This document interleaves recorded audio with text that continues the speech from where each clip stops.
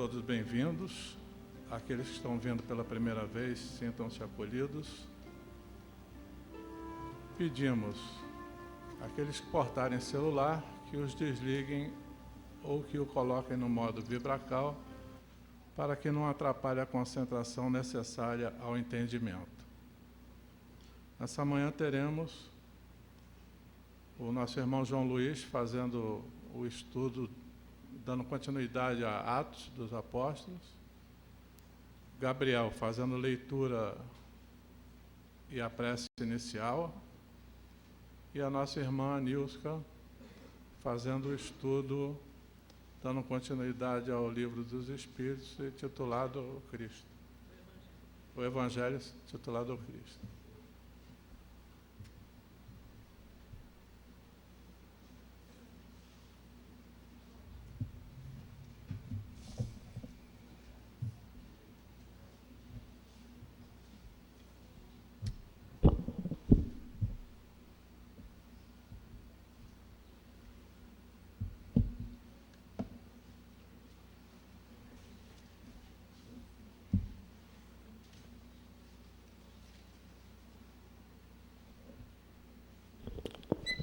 Então, a gente prossegue com Atos. Estamos no 26, de 1 a 23. E o título é Paulo discursa perante o rei Agripa. Lembrando sempre que estamos numa sequência em que Paulo, ele, usufruindo da proteção do Félix, do Festo, ele chegou a se colocar diante do rei Agripa, que se interessou pelo caso dele. E ele faz um discurso muito interessante, que é o que nós vamos ver agora, de 1 a 23, se defendendo. Então, já se defendeu perante várias situações. No Sinédrio, se explicou para os governadores, agora ele está diante do rei Agripa. Quando a gente estuda isso aqui, a gente tem que se situar um pouquinho. Nós estamos falando de Paulo de Tarso agindo, se defendendo depois de ter feito uma grande trajetória de pregação do Evangelho. Então, a essa altura, né, nós já estamos lá na frente, depois da crucificação de Jesus e tudo, nós já estamos lá em Paulo, quase em fim de carreira, porque depois daqui ele vai para Roma, como ele desejava e como Jesus queria. Então, nós já estamos com Paulo calejado, que lutou muito para disseminar o Evangelho em toda aquela região e que está preso por conta disso, porque ele pregava o Evangelho. E ele, pregando o Evangelho, ele contrariava certas regras que os judeus estabeleceram, tornando-as artigo religioso. Então, Paulo está se defendendo. Vamos ver? Paulo discursando perante o rei. A seguir, Agripa, dirigindo-se a Paulo, disse: é permitido que uses a palavra em tua defesa. Então, Paulo, estendendo a mão, passou a defender-se nesses termos: tenho-me por feliz, ó rei Agripa, pelo privilégio de hoje, na tua presença, poder produzir a minha defesa de todas as acusações feitas contra mim pelos judeus. Mormente, porque és versado em todos os costumes e questões que há entre os judeus, por isso eu te peço que me ouças com paciência. Quanto à minha vida, desde a mocidade, como decorreu desde o princípio, entre o meu povo e em Jerusalém, todos os judeus a conhecem, pois, na verdade, eu era conhecido deles desde o princípio, se assim o quiser testemunhar, porque vivi fariseu conforme a seita mais severa da nossa religião.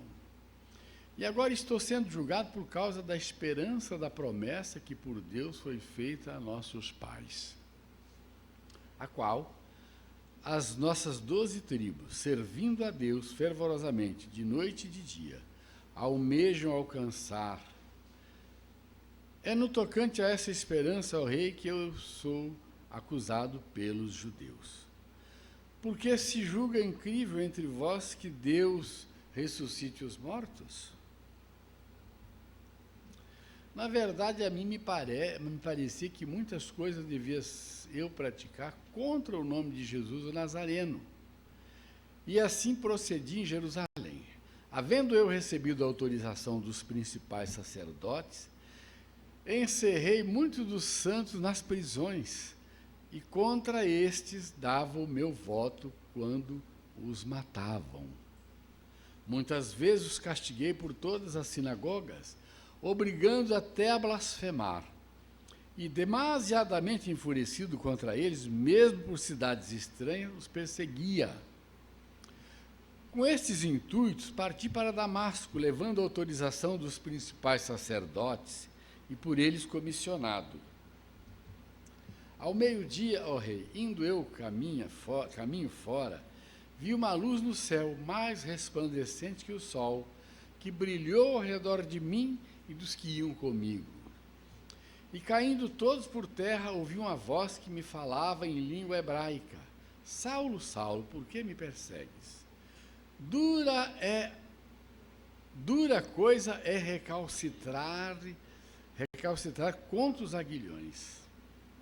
Então eu perguntei: quem és tu, Senhor? Ao que o Senhor respondeu: eu sou Jesus, a quem tu persegues. Mas levanta-te e firma-te sobre teus pés, porque por isto te apareci, para te constituir ministro e testemunha, tanto das coisas em que me viste, como daquelas pelas quais te aparecerei ainda. Livrando-te do povo e dos gentios para os quais eu te envio, para lhes abrir os olhos e os converteres das trevas para a luz e da potestade de Satanás para Deus, a fim de que recebam eles remissão de pecados e herança entre os que são santificados pela fé em mim. Pelo que, ó rei Agripa, não fui desobediente à visão celestial, mas anunciei primeiramente aos de Damasco e em Jerusalém, por toda a região da Judéia, e aos gentios, que se arrependessem e se convertessem a Deus, praticando obras dignas de arrependimento. Por causa disto, alguns judeus me prenderam, estando eu no templo, e tentaram matar-me. Mas, alcançando o socorro de Deus, permaneço até o dia de hoje, dando testemunho, tanto a pequenos como a grandes, nada dizendo senão o que os profetas e Moisés disseram haver de acontecer, isto é, que o Cristo devia padecer, e sendo o primeiro da ressurreição dos mortos, anunciaria a luz ao povo e aos gentios.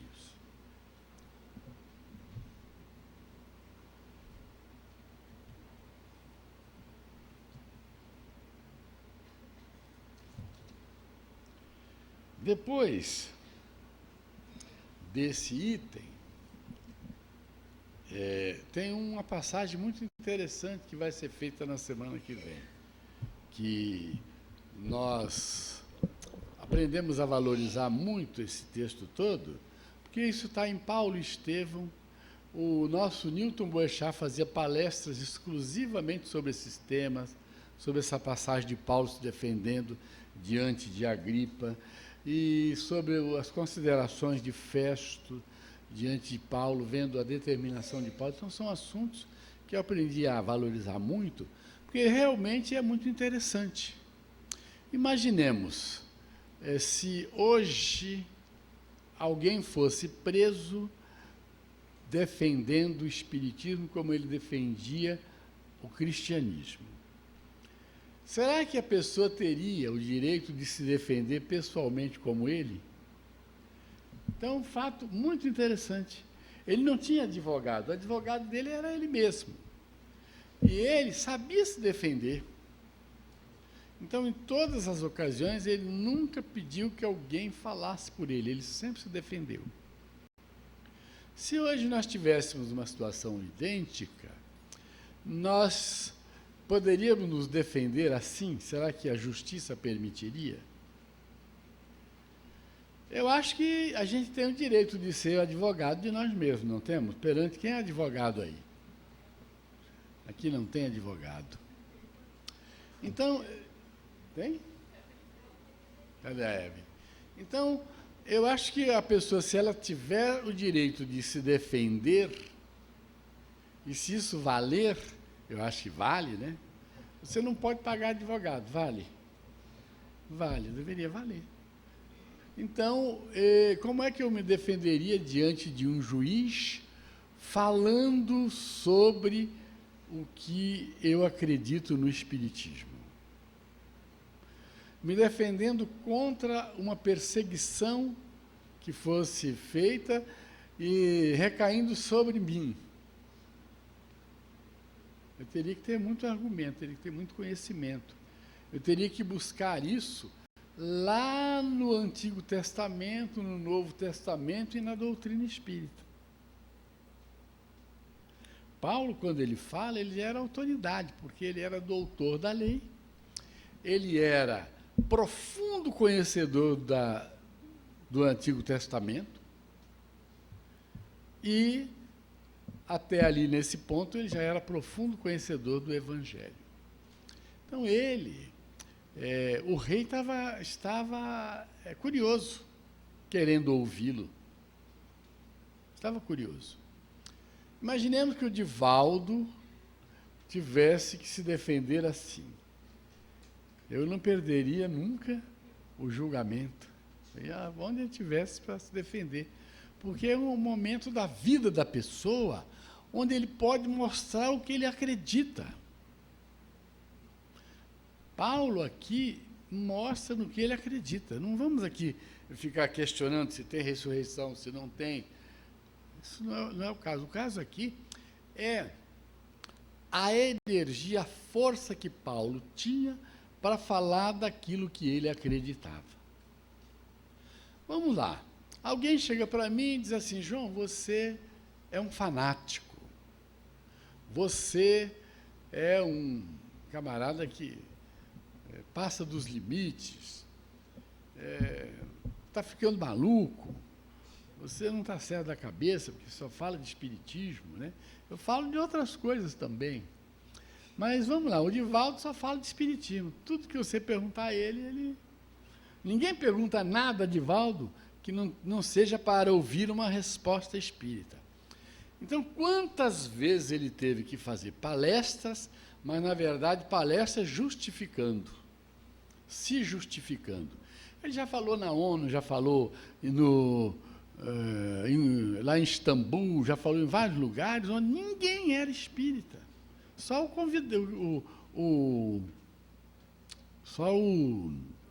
anfitrião. Então, na verdade, ele fazia uma palestra defendendo o espiritismo. E, consequentemente, se defendendo. Ele estava no meio de um monte de rabinos, rabino é judaico, é ayatolás e tudo mais, falando daquilo que eles abominam. Então tem que ter muito conhecimento e tem que falar com muita convicção, tem que falar com muita fé, esperando até uma condenação, como era o caso dele. Mas ele já tinha pedido para ir para Roma, dali ele ia partir para Roma. Então o que eu quero levantar aqui a questão é que nós não precisamos nos defender, porque hoje em dia o direito de religião está claro, patente aí, embora existam algumas coisas. Mas defender o espiritismo, com que argumento, com que veemência, com que força um de nós defenderia ou defende? Eu volto e meio, tenho que defender o espiritismo. Passei um pouquinho da hora, vamos.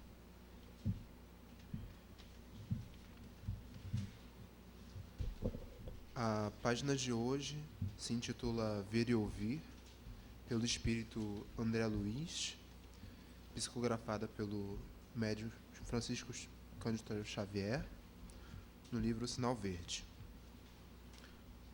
A visão e a audição devem ser educadas, tanto quanto as palavras e as maneiras. Em vista ao lar de alguém, aprendemos a agradecer o carinho do acolhimento, sem nos determos em possíveis desarranjos do ambiente.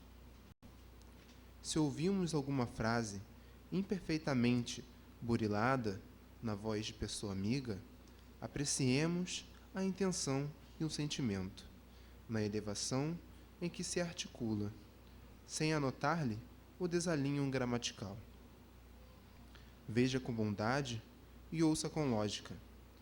Saibamos ver os quadros que nos cercam, sejam eles quais forem, sem sombra de malícia, a tisnar-nos o pensamento, registrando anedotas inconvenientes em torno de acontecimentos e pessoas. Tenham suficiente coragem de acomodá-las no arquivo do silêncio. Toda impressão negativa ou maldosa que se transmite aos amigos em forma de confidência é o mesmo que propinar-lhes veneno através dos ouvidos.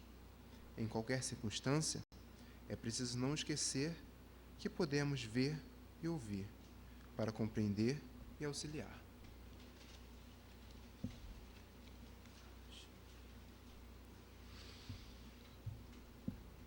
Vamos elevar o nosso pensamento ao nosso grande Mestre Jesus, ao nosso mentor espiritual, e agradecer por mais este dia, por mais esse estudo que aqui virá, que possamos, Senhor, hoje ouvir essa palestra e registrarmos nossa mente tudo aquilo que nos é lícito e tudo que é bom, para que possamos seguir a nossa evolução hoje e durante essa semana que virá.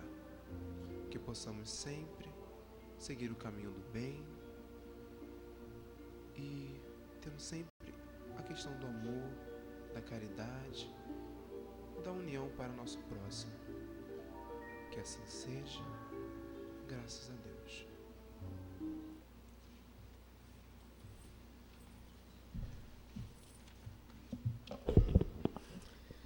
Que a paz do Mestre Jesus permaneça conosco. Estamos dando sequência ao estudo de O Evangelho segundo o Espiritismo. Recomeçamos o estudo a partir do capítulo 1º, já que nesse ano nós fizemos uma modificação no cronograma de estudos, fazendo uma integração entre os departamentos de infância, juventude e de orientação doutrinária. Então, o programa que os departamentos de infância e juventude apresentarem para 2018 será o programa de palestras, tema das palestras aqui na reunião pública. Isso vai propiciar uma integração no estudo e uma integração na família, porque quem traz as crianças e os jovens para a evangelização vai poder discutir o mesmo tema, quando dos comentários sobre o aprendizado do estudo do domingo na casa, provavelmente as famílias chegam em casa e discutem, com as crianças, com os jovens, o que vocês aprenderam hoje vai ser o mesmo conteúdo, o conteúdo vai estar alinhado. Vai permitir também que isso embase o culto do Evangelho no lar, porque se a criancinha aprendeu sobre o tema tal, na infância, o jovem aprofundou o conhecimento desse tema, e os pais aqui na palestra também, olha que culto rico que teremos se nos reunirmos em torno da mesa para discutir sobre os temas aprendidos. Então, enquanto os departamentos não apresentam o programa, para que as palestras sigam esse roteiro, nós estamos dando sequência ao estudo do Evangelho, e hoje teremos os itens 3 e 4 do capítulo 1, que se intitula o Cristo. O capítulo 1 vai nos apresentar as 3 grandes revelações da lei de Deus. Ele se inicia com a frase de Jesus no Sermão da Montanha, quando ele diz: não penseis que eu tenha vindo destruir a lei, ou os profetas. Não os vim destruir, mas cumpri-los. Porquanto, em verdade, vos digo que o céu e a terra não passarão, sem que tudo o que se acha na lei esteja perfeitamente cumprido, enquanto reste um único iota e um único ponto. Jesus diz que não veio destruir a lei, e diz que nada passará enquanto a lei não esteja perfeitamente cumprida, até nos seus mínimos detalhes. De que lei Jesus está falando? A que ele está se referindo? Então, vamos ler o texto completo do Evangelho e depois conversamos sobre isso. Jesus não veio destruir a lei, isto é, a lei de Deus. Veio cumpri-la, isto é, desenvolvê-la, dar-lhe o verdadeiro sentido e adaptá-la ao grau de adiantamento dos homens. Por isso é que se nos depara nessa lei o princípio dos deveres para com Deus e para com o próximo, base da sua doutrina. Quanto às leis de Moisés, propriamente ditas, ele, ao contrário, as modificou profundamente, quer na substância, quer na forma. Combatendo constantemente o abuso das práticas exteriores e as falsas interpretações, por mais radical reforma não podia fazê-las passar do que as reduzindo a esta única prescrição: amar a Deus acima de todas as coisas e o próximo como a si mesmo. E acrescentando, aí estão a lei toda e os profetas. Por estas palavras, o céu e a terra não passarão sem que tudo esteja cumprido até o último iota, quis dizer Jesus ser necessário que a lei de Deus tivesse cumprimento integral, isto é, fosse praticada na terra inteira, em toda a sua pureza, com todas as suas ampliações e consequências. Efetivamente, de que serviria haver sido promulgada aquela lei se ela devesse constituir privilégio de alguns homens ou, ao menos, de um único povo?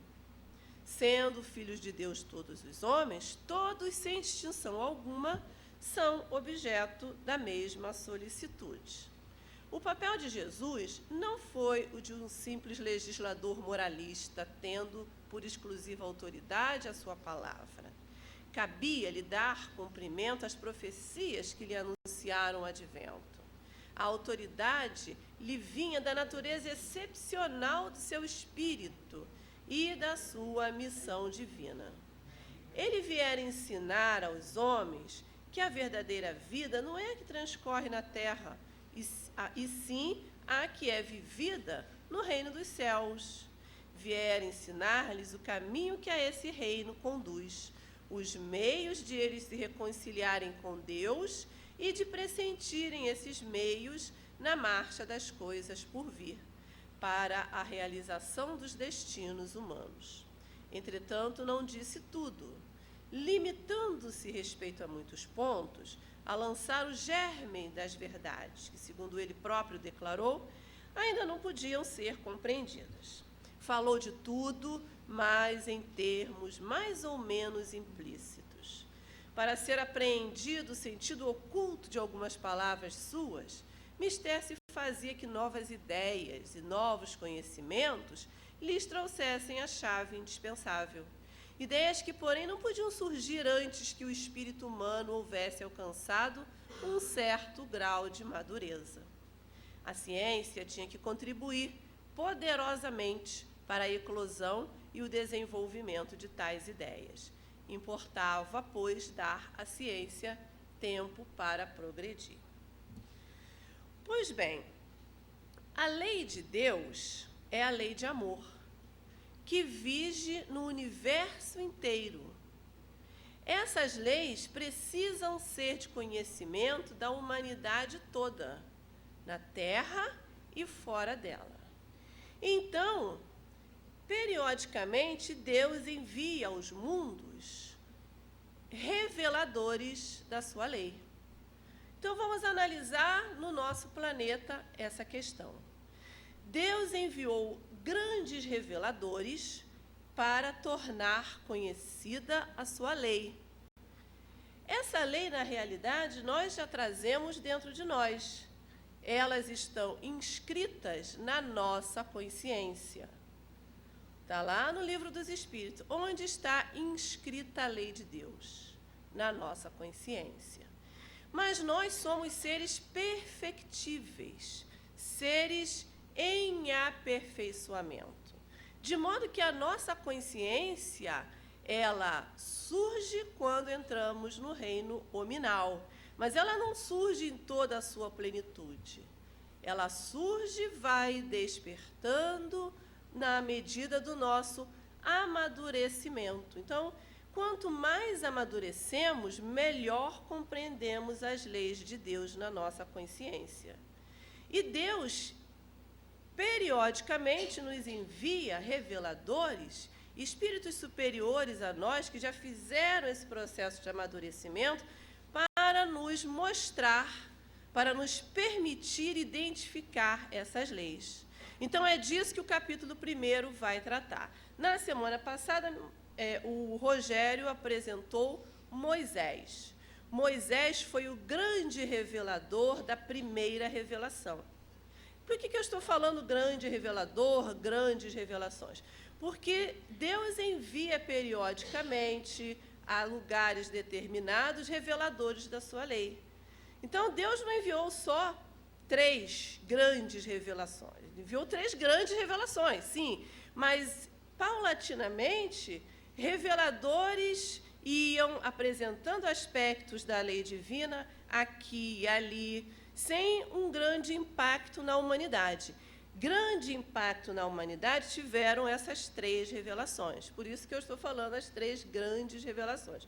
Moisés foi o personificador da primeira grande revelação da lei de Deus, trazendo, através de inspiração do psiquismo divino, os 10 mandamentos, que contêm um resumo dos deveres da criatura humana perante Deus, perante a si próprio e perante o próximo.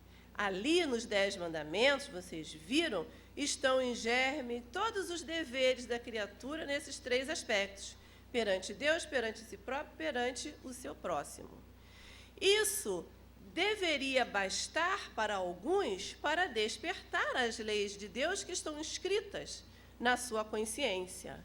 Mas para a grande maioria que estava encarnada naquela época, cujo estado de amadurecimento espiritual era muito pequeno ainda, eram muito imaturos psicologicamente, eram tais crianças que não sabiam, exceto superficialmente, sobre as questões morais, essas leis não tiveram um impacto imediato. A sombra coletiva ainda pairava dentre aquelas criaturas naquela localidade. O que é a sombra coletiva? É a resultante da sombra individual de cada um. E o que é a sombra individual? Na realidade, são aquelas imperfeições que nós adquirimos ao longo das encarnações, por efeito do mau uso do livre-arbítrio, que tisnam a luz, abafam a luz que nós somos. Nós somos luz, disse Jesus. Fazei brilhar a vossa luz. Só que a gente, às vezes, consegue até fazer brilhar a nossa luz, não é? Não vou dizer que ninguém faz brilhar a luz. A gente até já consegue brilhar um pouco a nossa luz, aqui e acolá, como um vagalume, né? Pisca aqui, daqui a pouco só vai piscar de novo, não sei quanto tempo depois. Mas, na maioria das vezes, dado o grau de amadurecimento em que nos encontramos, nós deixamos que a sombra individual abafe essa luz. A imperfeição, ela vem à tona e nós não a tolhemos de imediato. A nossa tarefa é, a cada dia, nos aperfeiçoarmos mais em diluir esta sombra e fazer a luz brilhar. Aquela época em que Moisés vem, a criatura humana ainda estava muito arraigada à sua sombra. as imperfeições ainda tinham direito, tinham autoridade perante as pessoas. A lei de Talião, que prescrevia o olho por olho, dente por dente, ela era uma lei de vingança e não de justiça. E as pessoas sabiam que aquela lei não expressava justiça, e sim vingança. Porque todas entendiam que se a mão que rouba, a lei prescrevia, a mão que rouba deve ser cortada, mas todos sabiam que a mão não rouba sozinha. Se a mão rouba é porque o espírito é ladrão. Então, não adiantava arrancar a mão, nem as duas mãos. E eles sabiam disso.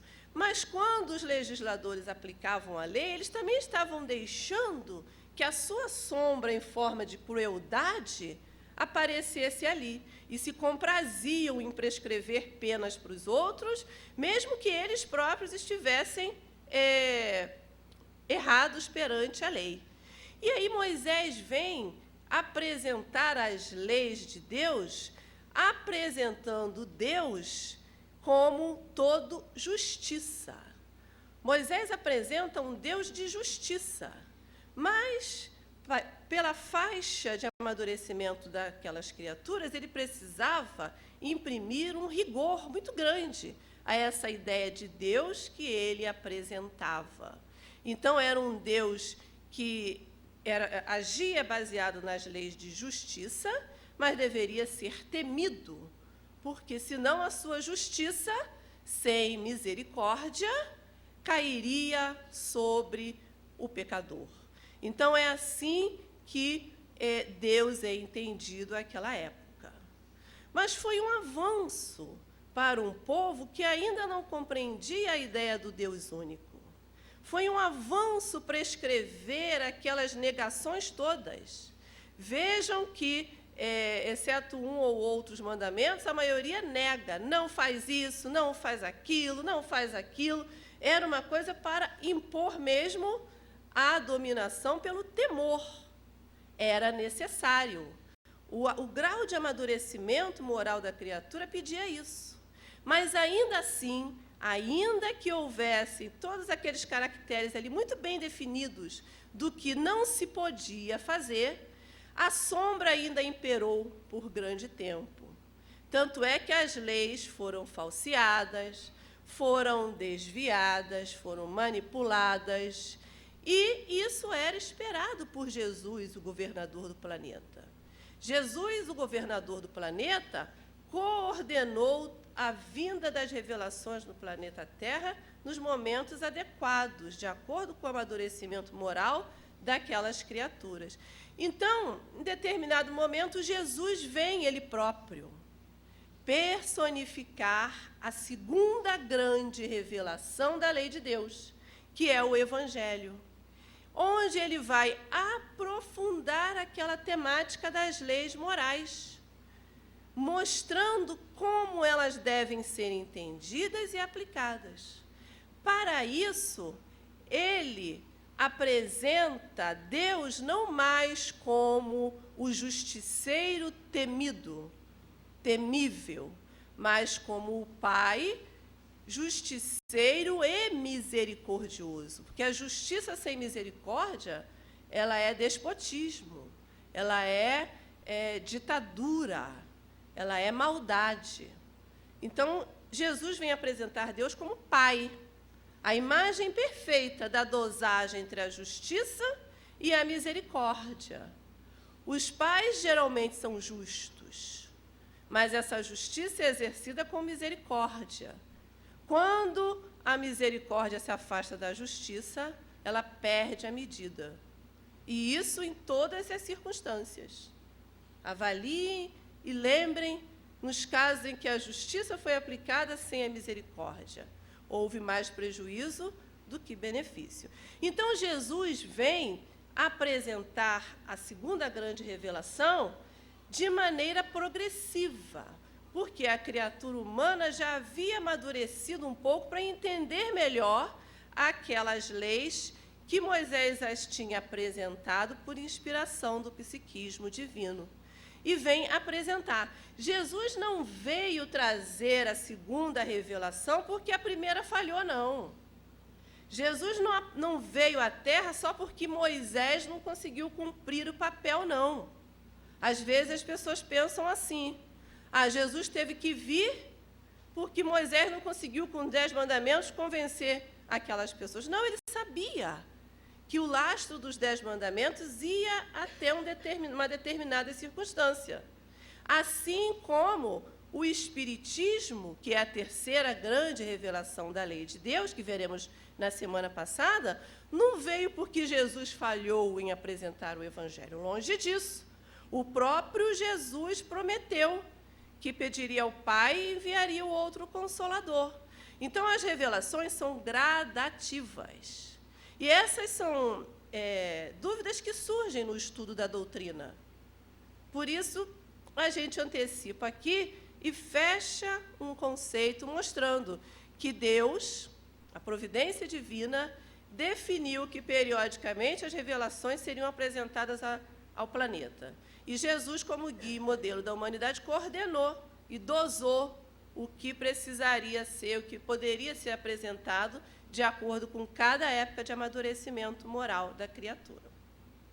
Jesus não veio destruir a lei de Deus, a parte moral, a parte divina das leis que Moisés apresentou, que estão todas lá nos 10 mandamentos. Que, em paralelo a essa parte, Moisés precisou criar um código civil ou disciplinar para fazer com que as criaturas que não conseguiam compreender a essência da moral que o Decálogo continha, conseguissem viver em sociedade, sem se digladiarem, sem se comportarem como um bando, né, criando obstáculos um para os outros. Então, Moisés criou a parte civil ou disciplinar. Em paralelo à parte civil ou disciplinar e em paralelo à essência da lei moral dos 10 mandamentos, os hebreus daquela época, eles tinham uma compreensão da lei que muitas das vezes era inadequada, porque mesclava o nível de consciência que eles traziam, a capacidade de compreender o que os 10 mandamentos diziam, e também a sombra, as imperfeições que eles traziam e que eles queriam dar campo, atuar. Então, muitas das vezes, aquelas leis eram falseadas, eram manipuladas, eram usadas com parcialidade para garantir o direito dos mais fortes sobre os mais fracos. Então, esses abusos, sim, Jesus veio destruir. E, em vários momentos, ele fez questão de destruir os abusos, de contrariar os abusos da lei, sem contrariar a lei na sua essência. E por que eu digo isso? Porque eu já ouvi também uma interpretação onde alguém dizia: Jesus era assim, ele não cumpria a lei. Se a lei era injusta, ele não cumpria. E Jesus era legalista, sim. Jesus cumpria as leis, sim. Jesus não aceitava o abuso da lei, mas ele cumpria a lei na sua essência. E aí você vê no dia a dia de hoje, muitas pessoas às vezes falam assim: eu só nego o imposto mesmo. Porque os impostos são muito abusivos, eles penalizam diferentemente as pessoas. O imposto de renda, por exemplo, ele penaliza muito mais quem tem menos renda do que quem tem mais renda. Então, eu só nego mesmo, porque o recurso do imposto de renda não vai para os serviços, a educação está como está, a saúde é a mesma coisa, então eu só nego mesmo. Isso não é uma justificativa válida à luz das leis morais. E Jesus não contrariou nenhuma lei. Então, as leis são injustas, o imposto de renda ele é injusto em determinados casos? Sim, ele é. Mas o nosso dever, aqueles que pagam, né, é pagar o imposto. E o que nós devemos fazer? Ficar reclamando? Não. Devemos exercer o nosso direito de cidadão e colaborar de uma forma ou de outra para que o país tenha leis mais justas, e assim sucessivamente no planeta inteiro. E não sonegar. Jesus, em nenhum momento, ele contrariou leis que estavam estabelecidas, mesmo que elas fossem injustas. Ele as compreendia, entendia, mas sempre fazia questão de contrariar os abusos da lei. a interpretação equivocada, maledicente da lei. Quando, para tentá-los, aqueles senhores chegaram e perguntaram a ele se deviam ou não pagar o imposto, aquilo era para tentar, né? Perguntaram a ele se era lícito pagar o imposto a Roma. E aí, o que ele fez? Sabendo o que passa no pensamento daqueles senhores, ele pede uma moeda. E aí, quando ele pega a moeda, ele fala, o que vês nela? As moedas tinham a face de César. O que tem nela? É a figura de César. Então, dai a César, que representava Roma, o que é de César. Então, eles esperavam colocá-lo numa situação difícil. Se ele dissesse, não pague o imposto, ele estava sendo colocado contra o Império Romano. E se ele dissesse, pague-se o imposto, ele estaria sendo colocado contra os judeus. Então, ele dá um ensinamento a César, o que é de César. Então, ele vem justamente ampliar a compreensão das leis morais e não destruí-las. Parecia que ele queria destruir, porque ele destruía a aparência equivocada da lei. Mas a essência ele manteve. Uma outra situação onde Jesus entendeu não a primazia da lei, mas a necessidade da lei, foi no episódio com João o Batista. Não estou falando mais da lei do Decálogo, mas havia uma situação de transição para a segunda revelação, em que João o Batista era a figura de transição, o precursor. João Batista, assim como profetas anteriormente, vinham sempre anunciando a vinda do Messias, do enviado, do Cristo, o Espírito puro de Jesus. E Moisés andava pelo deserto, se privando de qualquer coisa acessória, tendo somente o essencial e instando as criaturas a se arrependerem, porque o reino de Deus estava próximo. E como marca, como rito de passagem, para aquele momento em que os indivíduos deixavam de lado a sombra e buscavam o arrependimento e a reparação dos seus atos, havia o batismo, havia o mergulho nas águas do Rio Jordão. Era um rito de passagem, era uma simbologia muito importante para uma época de amadurecimento moral ainda muito pequeno, onde as coisas concretas marcavam muito a criatura humana, como ainda hoje. Ainda hoje, as pessoas fazem a festa de 1 ano de aniversário da criança. A criança nem sabe que está sendo comemorada. A maioria das vezes ela se irrita, chora, dorme cedo, mas é importante fazer a festa de 1 ano, né? Há 1 ano, esse espírito que Deus me deu para tomar conta reencarnou. Então, são ritos nesse sentido. Não é uma obrigação moral, não é uma obrigação legal, mas é um rito que é válido, contanto que você não se endivide para fazer uma festa, né? Contanto que você faça dentro das suas posses. Da mesma forma, aos 15 anos, né? A debutante. Então, ritos. O batismo era, naquele momento, um rito. Né? Você não é mais homem velho, cheio de erros e pecados. Você agora se arrependeu para preparar a vinda do reino de Deus, para a vinda do Messias. Então, toma um banho aqui, o tempo era quente mesmo, né? Mergulha aqui, toma um banho e vai. Era uma marca. Você ia lembrar daquele mergulho, daquele batismo. E Jesus, certa feita, narram os evangelhos, estava passando por João e aceitou ser batizado por João. Aí a polêmica, foi ou não foi? Jesus, o Espírito puro, precisava ser batizado para se arrepender? Não precisava. Amélia Rodrigues, no livro Vivendo com Jesus, explica que, de fato, Jesus não precisava se arrepender. De fato, Jesus não dava importância a ritos materiais.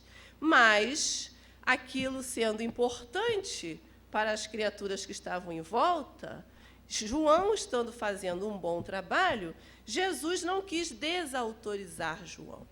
Então, se Jesus fala, não vou me batizar porque eu já sou espírito puro, as outras pessoas ali falam, Jesus não fez. Jesus se submeteu a tudo que nós precisaríamos nos submeter, dando exemplo de como agir. Então, segundo Amélia Rodrigues, espírito, ele aceitou para não desautorizar o bom trabalho que João estava fazendo, que era importante para o nível emocional, de amadurecimento moral daqueles indivíduos, entendendo a necessidade daquilo para o momento, não a primazia daquele ato. Então, em todas as leis, Jesus entendia a necessidade delas naquele momento, mas não deferia a primazia delas, mostrava que elas mudariam, ficando como essência somente a parte moral das leis. Assim, toda a sua passagem pela terra. Então, diante disso, o que Joana de Ângeles diz no livro Jesus e o Evangelho à luz da psicologia profunda? Nesse livro, ela analisa cada capítulo do Evangelho segundo o Espiritismo, analisando psicologicamente o psiquismo de Jesus, o homem Jesus.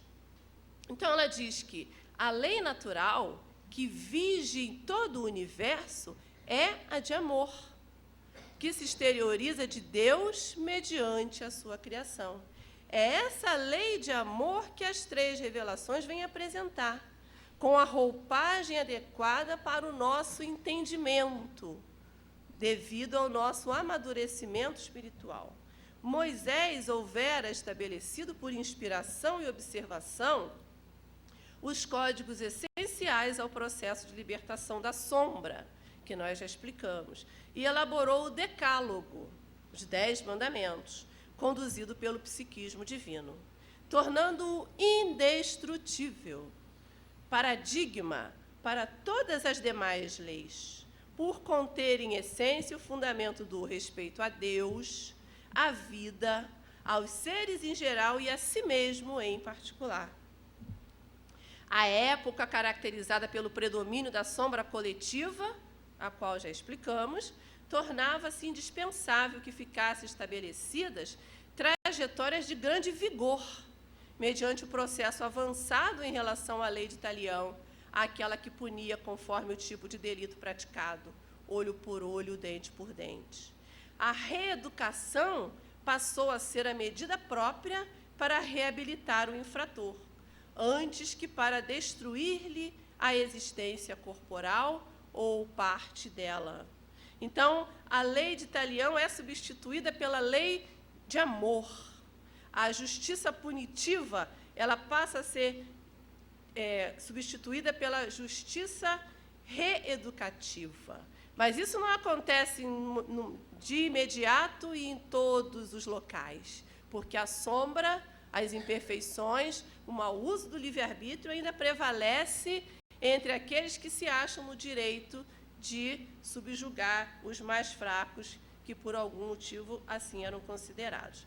Jesus, o homem excelente, chegou à Terra e defrontou a ignorância em predomínio, trazendo a mensagem de amor que jamais fora apresentada antes na formulação de que ele se fazia portador. Então, ele veio substituir todo este quadro de justiça, vingança, reeducação, punição, que estavam ali mesclados, pela mensagem de amor, que nunca ninguém tinha ouvido daquela maneira como ele apresentou, mostrando que ouvistes o que foi dito, amarás o teu amigo e odiarás o teu inimigo. Eu, porém, vos digo, amais o teu inimigo, porque se você só ama o seu amigo, o que você faz melhor do que o impostor? Os marginais também amam os seus amigos, pois Deus quer que você ame também o seu inimigo. Olha que mensagem profunda para aqueles que achavam que, se alguém se tornava rebelde, se tornava um estorvo para a sociedade, o certo era eliminá-lo da sociedade. Então, desde que Jesus veio à Terra, não existem mais justificativas para a gente querer eliminar o indivíduo que está à margem da sociedade, porque ele está rebelde às leis. Deus quer a morte do pecado, e não a do pecador. Então, desde que Jesus veio à Terra, nós não temos justificativas para exigir a morte do pecador, a pena de morte.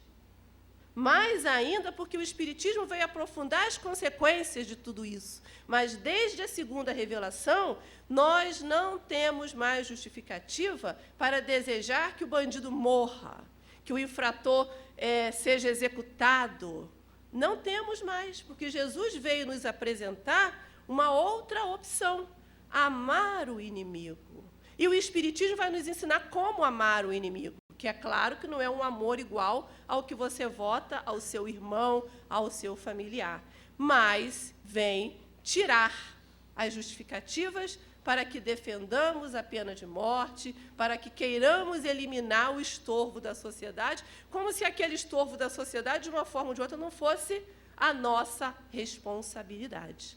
A Joana de Ângeles, numa página que foi reproduzida no livro SOS Família, ela diz que todos aqueles que tiverem o direito social, os direitos sociais e o direito à vida negados por nós, em alguma existência, por ação ou por omissão, por indiferença, eles retornarão a nós.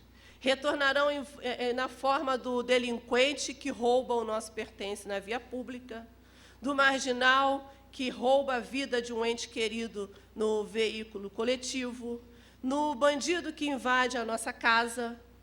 Então, são aqueles que tiveram os direitos sociais, os direitos à vida, retirados por nós. Mas eu nunca fiz isso. Não sabemos. Podemos não ter feito por ação direta, mas quantas as vezes a gente é indiferente à dor do próximo, omisso com relação às reais necessidades da criatura humana. Então, ele retorna, tirando à força aquilo que não recebeu adequadamente.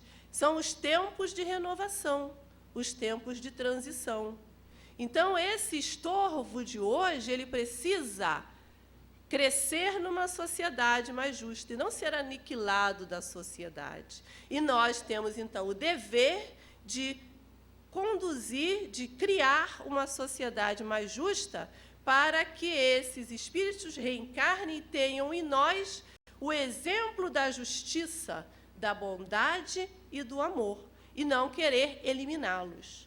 Então, Jesus não foi, Joana continua, o biótipo do legislador convencional. Ele não se limitou apenas a dizer, façam isso, não façam aquilo. Ele veio vivenciar, veio exemplificar. Ele não veio submeter a humanidade. Ele não impôs. Quando ele chamou o jovem rico para segui-lo, Joana de Ângeles narra isso no livro Jesus e Atualidade. A maioria conhece a história do jovem rico, corredor de biga, que Jesus o chamou para segui-lo. Segue-me hoje.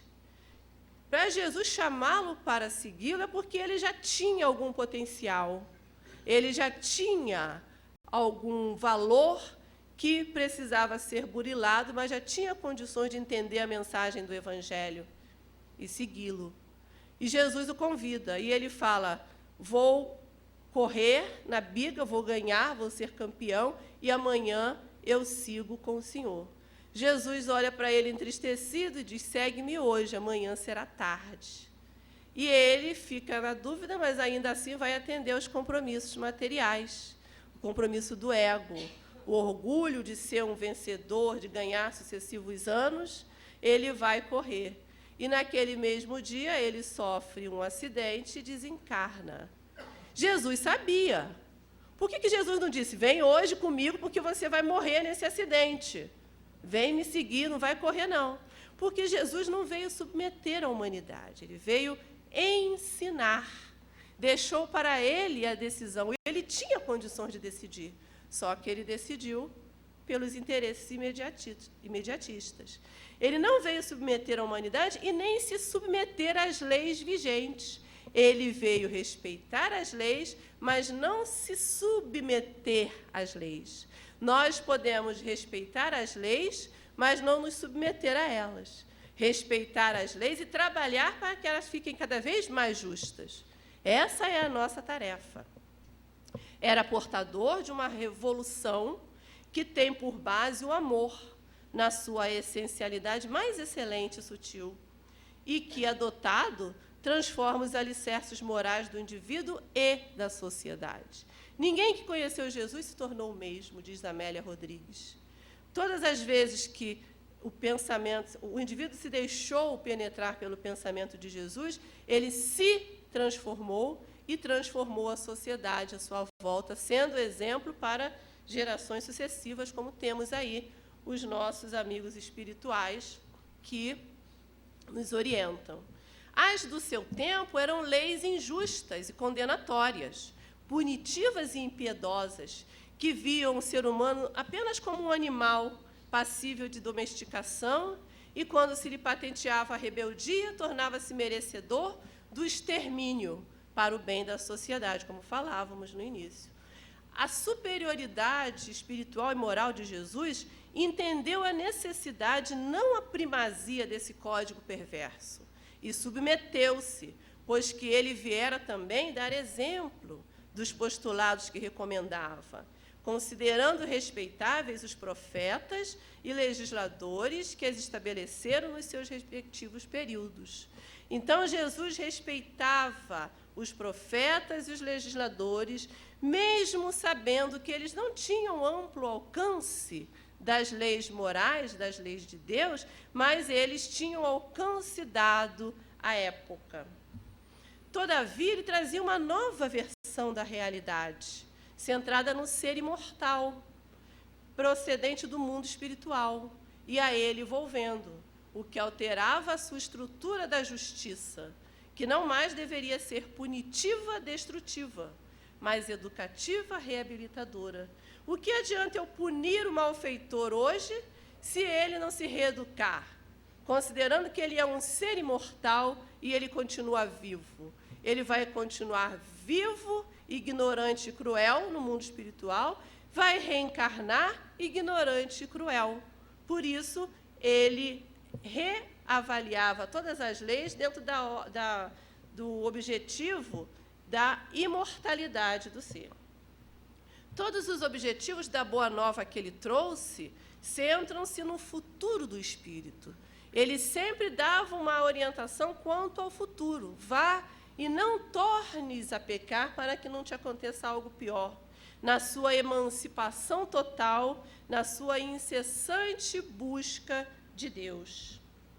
Tornando-se o caminho, a sua é a verdade que conduz à vida, à plenitude, no armazenamento de sabedoria e de amor. Na conquista desse objetivo, da plenitude, da conquista da sabedoria e do amor, não importam os preços e testemunhos, os impositivos das legislações, mesmo quando arbitrárias e injustas, porque são transitórias. Nós estamos buscando conquistar esse objetivo, o armazenamento da sabedoria e do amor, as duas asas, no dizer de Emmanuel, que nos acendem, a evolução. E para alcançarmos esse objetivo, nada importa, não tem preço. Nós pagamos o preço que precisar. Nos submetemos a leis, e as leis, por mais justas que sejam hoje, na atualidade, ainda são injustas, ainda penalizam e não reeducam, mas nós nos submetemos a elas. Por quê? Porque Jesus nos ensinou isso. Porque elas são transitórias.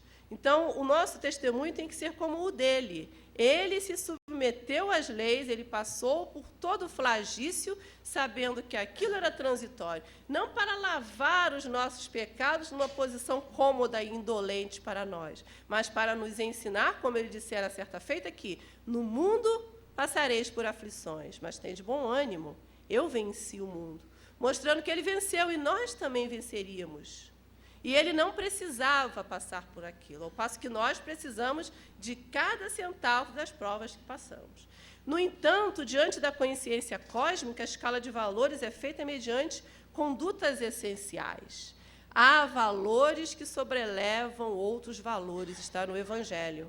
Então, nós nos submetemos aos testemunhos, pagamos o preço que tiver que ser pago, respeitando as leis, desde que não firamos os valores das leis morais que já estão em nossa consciência.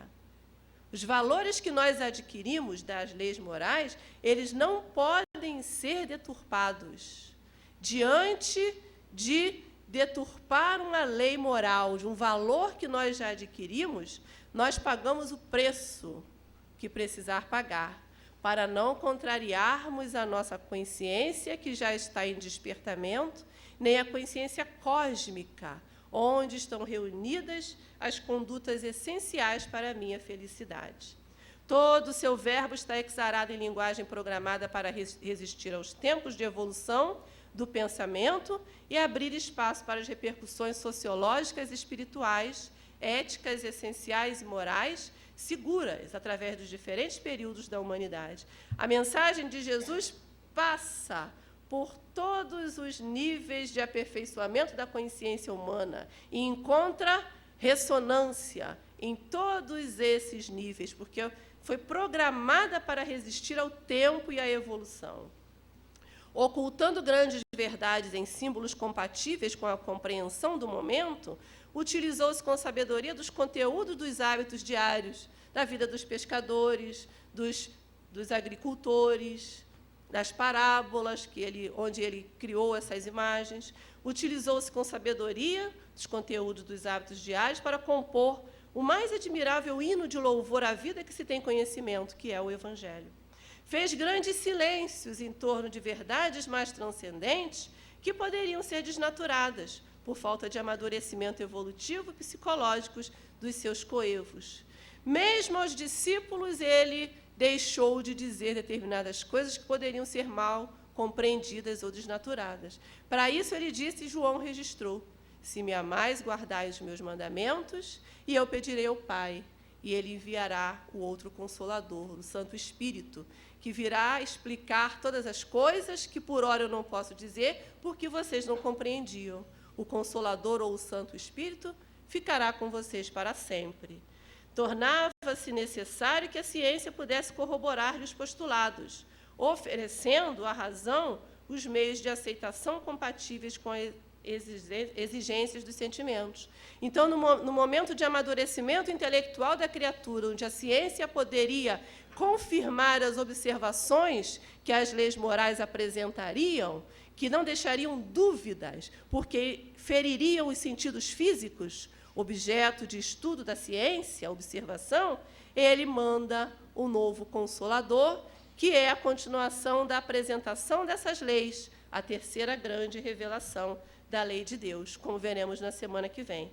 Por isso, encerrando, o enunciado de Jesus, não penseis que eu tenha vindo destruir a lei ou os profetas, é de significado relevante e essencial de Joana de Ângeles, ensinando que, mesmo diante de leis injustas e imposições apaixonadas, o ser lúcido não deve criar embaraços ou temer as injunções negativas, porquanto, na sua liberdade interior, nada de fora consegue alcançá-lo realmente, exceto a sabedoria da lei natural incerta em sua consciência.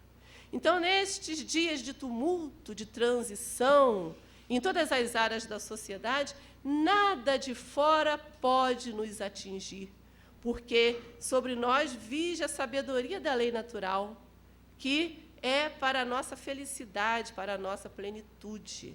Então, nós não devemos criar embaraços aos outros, nos submetermos às leis, tanto quanto necessárias, nos libertarmos das imposições apaixonadas, tão na moda atualmente, e sermos lúcidos, buscando vivenciar o que já aprendemos das leis soberanas que estão inscritas na nossa consciência. Que Deus nos abençoe.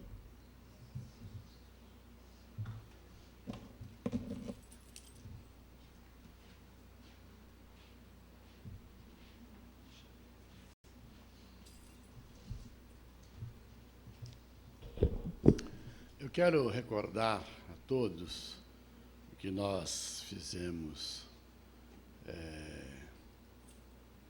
tivemos como motivação, e várias vezes nós falamos aqui, desde novembro, que nós iríamos fazer uma mudança na nossa programação. Um começar de novo, levando em conta fatores que nós queremos que fiquem escalonados como aprendizado continuado oferecendo recursos para vocês conversarem com os jovens e com as crianças em casa. Quem já faz o culto do Evangelho no Lar, já estabeleceu em casa um programa de estudo.